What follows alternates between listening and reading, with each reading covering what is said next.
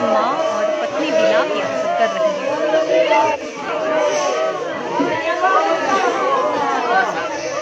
सरहदों की सर्द रातें अक्सर खामोश नहीं होती, सरहदें बोलती हैं, गोलियों की आवाजों में और देश के जवानों के दिलों की धड़कनों में। पाकिस्तान की ओर से लगातार ड्रोन, मिसाइल और रॉकेट से हमले किए जा रहे हैं। जम्मू के राजौरी में शुक्रवार की रात पाकिस्तान की ओर से की गई गोलाबारी में हिमाचल प्रदेश का जवान शहीद हो गया। हिमाचल के कांगड़ा के शाहपुर निवासी सूबेदार मेजर पवन कुमार जम्मू कश्मीर के राजौरी में तैनात थे।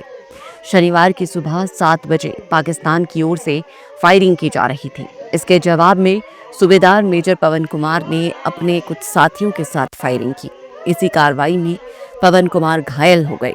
उपचार के लिए उन्हें अस्पताल लाया गया और इसके बाद अस्पताल में उनकी मौत हो गई। सूचना के अनुसार पवन कुमार 25 पंजाब रेजिमेंट में तैनात थे।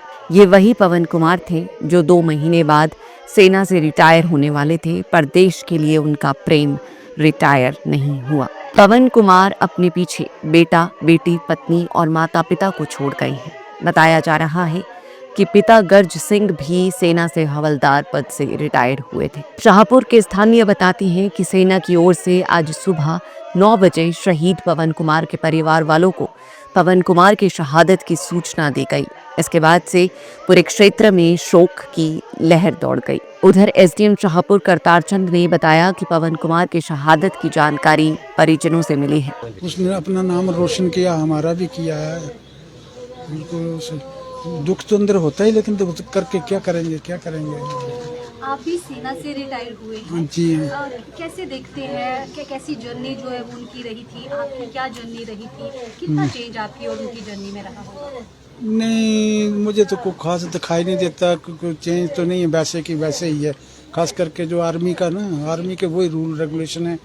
हो सकता है कुछ चेंजिंग हुआ हो, इतना वो नहीं पता, लेकिन 3 महीने के बाद जो है वो घर लौट रहे थे। उनकी रिटायरमेंट थी।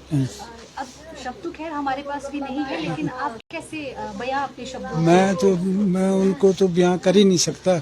लगभग मैंने 50% 90% बंदोबस्त कर रखा उसका। हाँ, अभी रिटायरमेंट आना है, बहुत कुछ होता है ना, लगता है इधर उधर कोई आदमी बुलाना पड़ते हैं, सब हो गया था।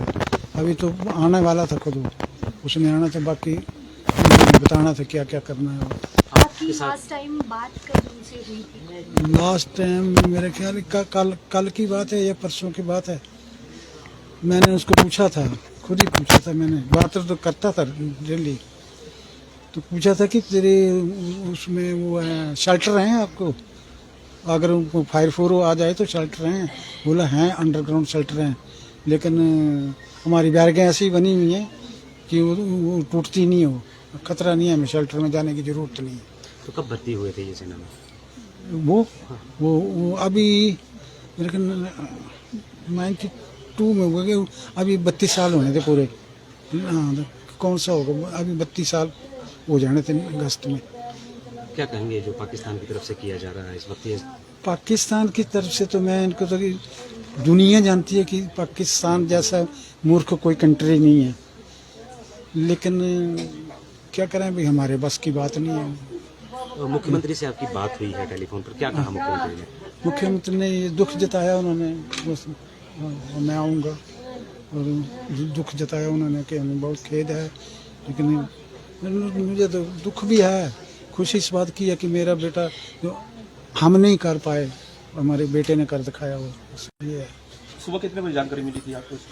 8:30 लगभग, इतना 8:30 पौने 9 होंगे शायद। कर्नल साहब ने फ़ोन किया था कल कि हेड इंजरी है, तो मैंने तो उसी वक्त समझ गया था भाई हेड इंजरी नहीं है, तो हेड इंजरी होगी तो आदमी बचता नहीं है। उसके बाद फिर वो नंबर चेक किया, उन्होंने बोले नंबर भी सही है।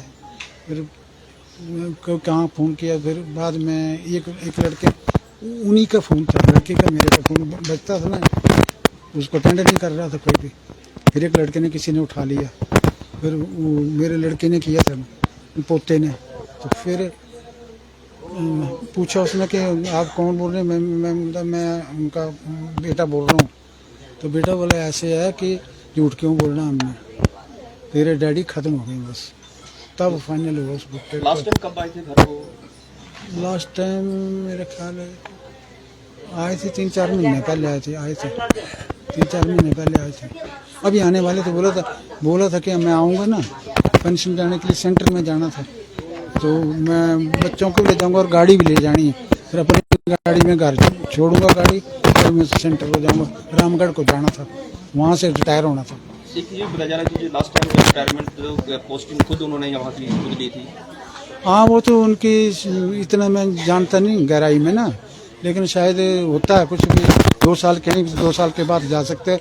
उसके बाद उन्होंने बोला कि वो अम्बाला में थे, वो बोलता मैं चाहता हूँ कि मैं फील्ड एरिया में जाऊँ उधर, तो तब बोला फिर आ गया, तो उनकी मुझे पोस्ट मिल गई है फील्ड एरिया में। हाँ सर आपने कहा कि पाक मुल्क है, और क्या लगता है जिस तरह से बॉर्डर पर ये लड़ाई जंग जो है वो छिड़ी हुई है, रुक जानी चाहिए, थम जानी चाहिए कि कंटिन्यू होनी चाहिए, क्या लगता है? देखो जी, इसको मेरे सामने 62 से लेकर सब लड़ाइयाँ हुई हैं, लेकिन ये मानने वाला आदमी नहीं, जितनी बेइज्जती हुई ना, इसको तो जितना हो सकता ना, बेशक अपना नुकसान हो जाए, लेकिन इसको एक बार लाइन पर लाना चाहिए।